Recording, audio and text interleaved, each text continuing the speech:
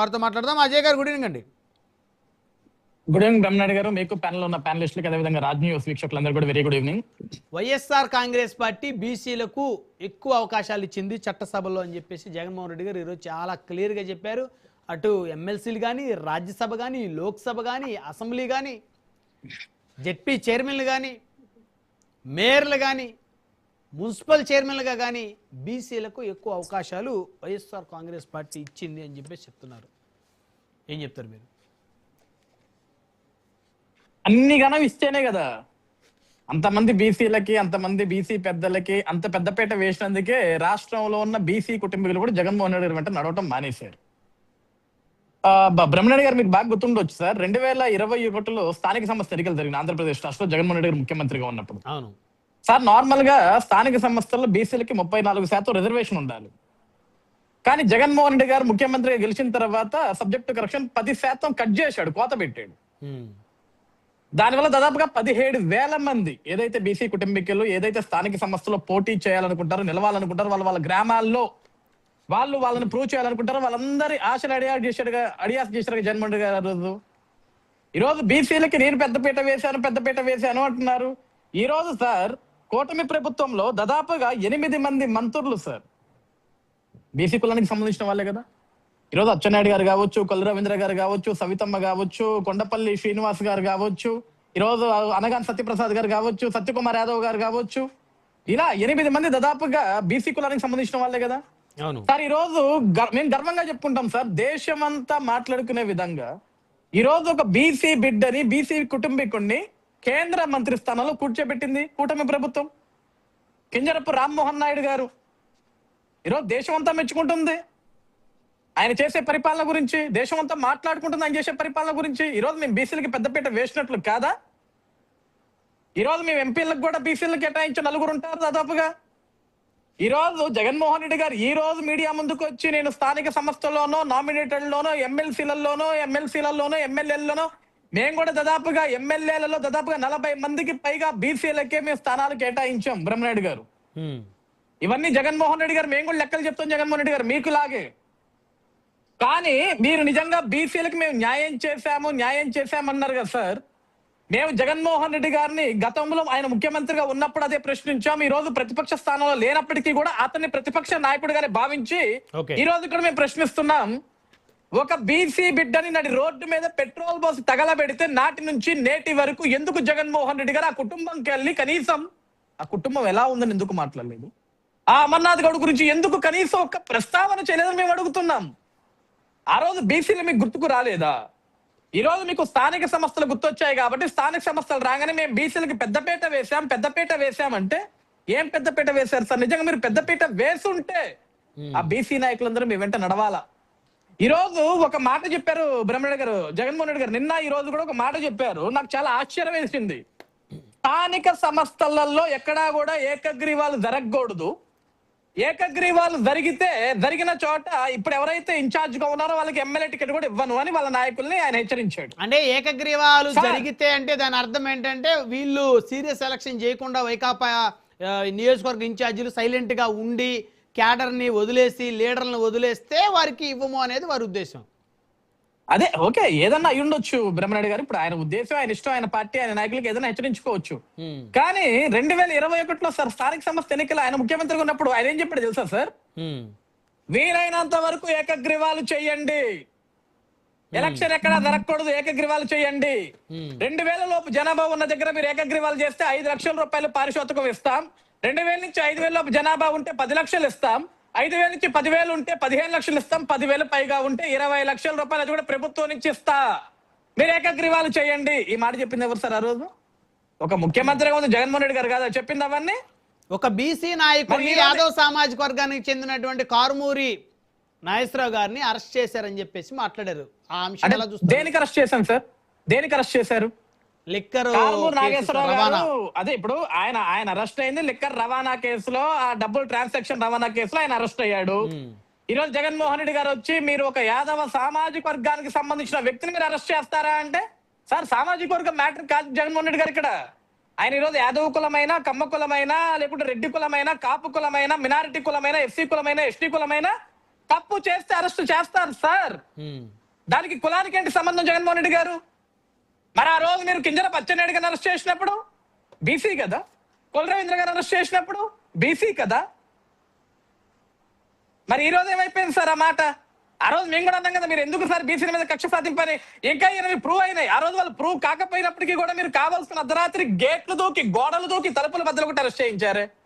ఆ రోజు ఈ పెయిన్ ఏమైపోయింది మీకు?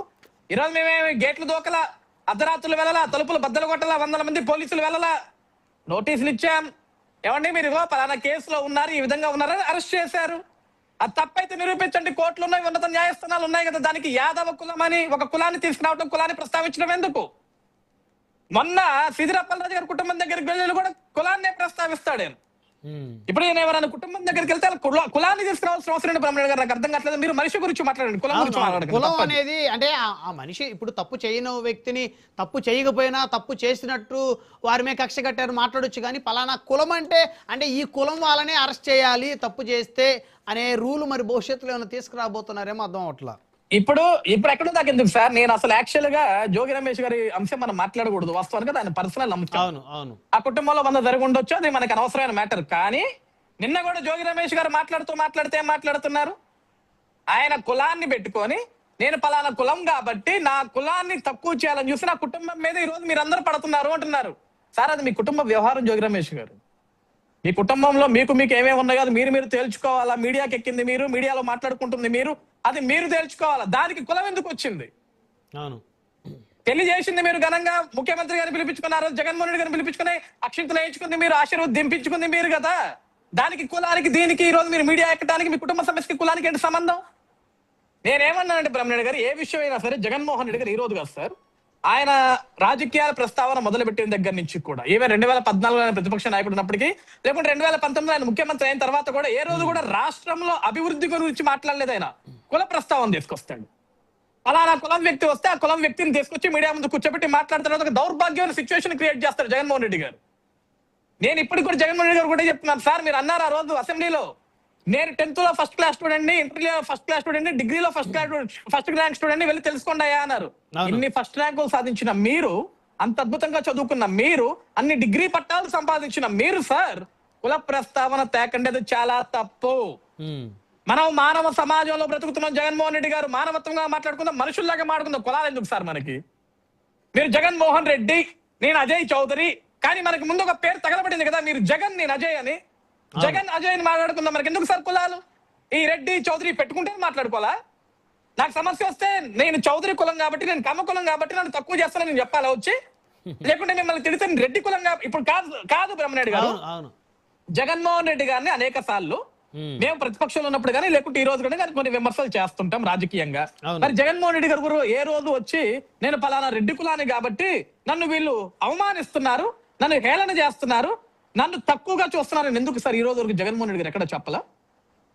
ఏంటి దాని అర్థం ఏంటి?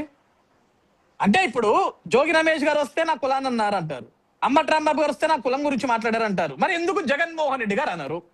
ఈవెన్ ఆ పార్టీలో దేవినేని అవినాష్ గారు ఉన్నారు. కాదు సార్, ఈవెన్ ఆ పార్టీలో దేవినేని అవినాష్ గారు ఉన్నారు, కొడాల నాని గారు ఉన్నారు, వల్లంనేని వంశీ గారు ఉన్నారు. వీళ్ళందరూ కమ్మ కులానికి సంబంధించిన వాళ్ళే కదా. వాళ్ళు కూడా ఏ రోజు కూడా మీడియా సమావేశం పెట్టి చంద్రబాబు నాయుడు గారు మేము పలానా కమ్మ కులం కాబట్టి తెలుగుదేశం పార్టీలో ఉన్న వ్యక్తులతోటి మమ్మల్ని తిట్టిపిస్తున్నాడని ఎందుకు మాట్లాడట్లేదు? ఏ రెడ్డి కులానికి కమ్మ కులానికి రాని ఈ కులం ఆపోదమంతా కూడా బీసీలకి, ఎస్టీలకి, మినారిటీలకి, కాపులకే వస్తుందా? మిగతా కులాలు కాదా అండి? అంటే ఓటు బ్యాంకు రాజకీయం చేస్తున్నారని అనుకోవాల్సిన అవసరం ఉంది. అదే నేను అన్నాను సార్. ఓటు బ్యాంక్ అంటే ఏంటి బ్రహ్మనాయుడు గారు? ప్రజలకు మనం మంచి చేస్తే ప్రజలు ఆ సామాజిక వర్గం పేరు ప్రస్తావించి పలానా వర్గం కాబట్టి వీరి మీద కేసు పెట్టారనో, లేకపోతే వీరిని ఇబ్బంది పెట్టారనో రకరకాలుగా మాట్లాడటం. అంటే ఇప్పుడు కాదు సార్, ఇప్పుడు ఒక సామాజిక వర్గాలు ఎక్కువ మంది ఉన్నారు కాబట్టి, ఓటర్లు ఎక్కువ ఉన్నారు కాబట్టి వాళ్ళని ప్రభావితం చేసుకోవడానికో, వాళ్ళని ప్రసన్నం చేసుకోవడానికో మేము పలానా కులం కోసం భుజం మోస్తున్నాం, కాపు కాస్తున్నాం అని మాట్లాడితే మిగతా కులాలను మీరు వదిలేసినట్ట? మరి మిగతా కులాల్లో ఓట్లు తక్కువ ఉన్నాయి కాబట్టి వాళ్ళు తిట్టినా పర్లేదా? అంటే ఇప్పుడు రెడ్డి కులంలోను, కమ్మ కులంలోను, కాపు కులంలోను ఓట్లు తక్కువ ఉంటే వీళ్ళు తిట్టినా పర్లేదా? అంటే బీసీలో, ఎస్సీలో, ఎస్టీలో, మినార్టీలో ఓటర్లు ఎక్కువగా ఉంటారు కాబట్టి వాళ్ళని ఎవరైనా ఒక మాట మాట్లాడితే మనం వచ్చి భుజం మీద వేసుకోవాలా? Is it right? ఇదేనా రాజకీయం? ఇదేనా రాజ్యాంగం? ఎవరు చెప్పారు సార్ ఇదంతా కూడా? అంటే ఒక కులానికి ఎక్కువ ఓటర్లు ఉంటే వీళ్ళని మనం ఎక్కువ భుజం మీద మోసుకోవాలని చెప్పి ఎవడు చెప్పాడు? ఏ రాజ్యాంగంలో రాశారు సార్? మీరు అన్నట్లుగా ఓటు బ్యాంకు రాజకీయం ఇది. This is not right. ఈ రోజు కూడా మేము జగన్మోహన్ రెడ్డి గారికి ఏం చెప్తున్నాం సార్? మీరు మీ నాయకులు హెచ్చరించుకుంటే తప్పలేదు. మేమేమంటున్నాం? మీరు చంద్రబాబు నాయుడు రేపొద్దున జరిగే ఎన్నికల్లో పోలీసులను అడ్డం పెడతాడు, తన అధికార బలాన్ని ఉపయోగిస్తాడు, అవసరమైతే బెదిరింపులకు గురి చేస్తాడు, ఎక్కడ భయపడకండి అంటున్నారు. 2019 నుంచి 2024 వరకు 2021లో మీరు ఏదైతే స్థానిక సంస్థలు మీరు చేశారు ఇవన్నీ, నామినేషన్ పత్రాలు లాక్కెళ్ళిపోయారు, అభ్యర్థులు కిడ్నాప్ చేశారు, కనీసం నామినేషన్లు వేయనివ్వకుండా పత్రాలు చించేశారు. దానికి ఉదాహరణ పొంగునూరు అంజయ్య తాత. నామినేషన్ వేయడానికి వెళ్తుంటే కర్రలు పట్టుకుని ఉరుక్కుంటూ వచ్చి అతను కొట్టబోయారు 10-20 మంది ఒక ముసలాయిన్ని. అంజిరెడ్డి తాత గారు ఆయన్ని 90 సంవత్సరాల ముసలాయన ఒక సర్పంచ్ గా నామినేషన్ వేయడానికి వెళ్తే అతను అడ్డుకుంది వాస్తవం కదా, నామినేషన్ పత్రాలు చించేసింది వాస్తవం కదా. జస్ట్ ఉదాహరణే. ఆ రోజు రాష్ట్రంలో ఎన్ని అరాచకాలు చేశారు సార్? మీ మెయిన్ స్ట్రీమ్ మీడియాకు కూడా తెలుసు బ్రహ్మనాయుడు గారు. ఈసారి కూడా అలా జరుగుతాయా లేకపోతే సౌమ్యంగా జరుగుతాయా? నేను అదే చెప్తున్నాను బ్రహ్మణ గారు. ఆ రోజు జగన్మోహన్ రెడ్డి గారు అన్ని అరాచకాలు చూశారు కాబట్టి ఆ రోజు చంద్రబాబు గారు ఒక మాట చెప్పారు, ఎవరు కూడా ఎన్నికల్లో పోటీ చేయకండి, మనకి ప్రాణాలు ముఖ్యం అని చెప్పారు సార్. ప్రాణాలు ముఖ్యం, ప్రాణాలు కాపాడుకుందాం, మనం బ్రతుకుంటే బలసాకనేది బ్రతకొచ్చు. ఇలాంటి అరాచకాల ముందు మనం నామినేషన్లు ఇచ్చి తలకాయలు బద్దలు కొట్టించుకొని మనల్ని కిడ్నాప్ చేయించుకుని మన ప్రాణాలు తీసుకోవాల్సిన అవసరం లేదు, వద్దు అని చెప్పారు ఆ రోజు. కానీ ఈ రోజు మేమేం చెప్తున్నాం? పోటీ చేయండి సార్. మీ పులివెందుల దగ్గర నుంచి మొదలు పెట్టుకుని రాష్ట్రంలో 174 నియోజకవర్గాలు, మీ పులివెందులతో కలిపి 175 నియోజకవర్గాల్లో, గ్రామం నుంచి, పల్లె నుంచి, వార్డు నుంచి, పట్టణం నుంచి, ఎంపీటీసీ నుంచి, జెడ్పీటీసీ నుంచి, ఎంపీపీ నుంచి ప్రతి దగ్గర కూడా మీరు క్యాండిడేట్లు పెట్టండి. Okay okay. ఎక్కడా కూడా ఏకగ్రీవాలు జరగావు. మీ దగ్గర క్యాండిడేట్లు లేకపోతే మేము చేసేది ఏమీ లేదు. ఓ క్యాండిడేట్ లేకపోతే అంటే ఇక్కడ డౌట్ వస్తుంది, మళ్ళీ నాకు డౌట్ వస్తుంది. మీరు అంటే జగన్మోహన్ రెడ్డి గారి పార్టీ తరఫున మేము పోటీ ఎందుకు ఒక మాట అంటున్నానండి బ్రహ్మనాయుడు గారు, క్యాండిడేట్ లేకపోతే అంటే పోటీ చేసే క్యాండిడేట్ ని మీ కూటమి పార్టీలో వాళ్ళు బెదిరించి నువ్వు నామినేషన్ వేస్తే నీ అంతు చూస్తావు బెదిరించి నామినేషన్ కూడా ఎన్నికొని చేస్తే క్యాండిడేట్ లేనట్టే కదా లెక్క. అట్లాగా సార్ బ్రహ్మణ గారు చాలా తప్పు. మీరు చాలా డిఫరెంట్ రాంగ్ డైరెక్షన్ ఆలోచిస్తున్నారు. నేనేమన్నానంటే సార్ ఇక్కడ for example sir Jaganmohan Reddy గారు 2024లో పులివెందుల నుంచి అసెంబ్లీలో నియోజకవర్గంలో గెలిచారు ఆయన. అవును. పులివెందుల ప్రజలు ఓట్లేసిన ప్రజలు కనీసం బాగున్నారా బాగలేదా, నియోజకవర్గంలో సమస్యలు ఉన్నాయా లేవా అనేది ఎక్కడ ప్రస్తావించాలి? అసెంబ్లీకి వచ్చి ప్రస్తావించాలి. ఒక శాసనసభ్యుడిగా ఈ రోజు వరకు అసెంబ్లీకి వచ్చి ఆ పులివెందుల సమస్యల గురించి ఎప్పుడు మాట్లాడాల.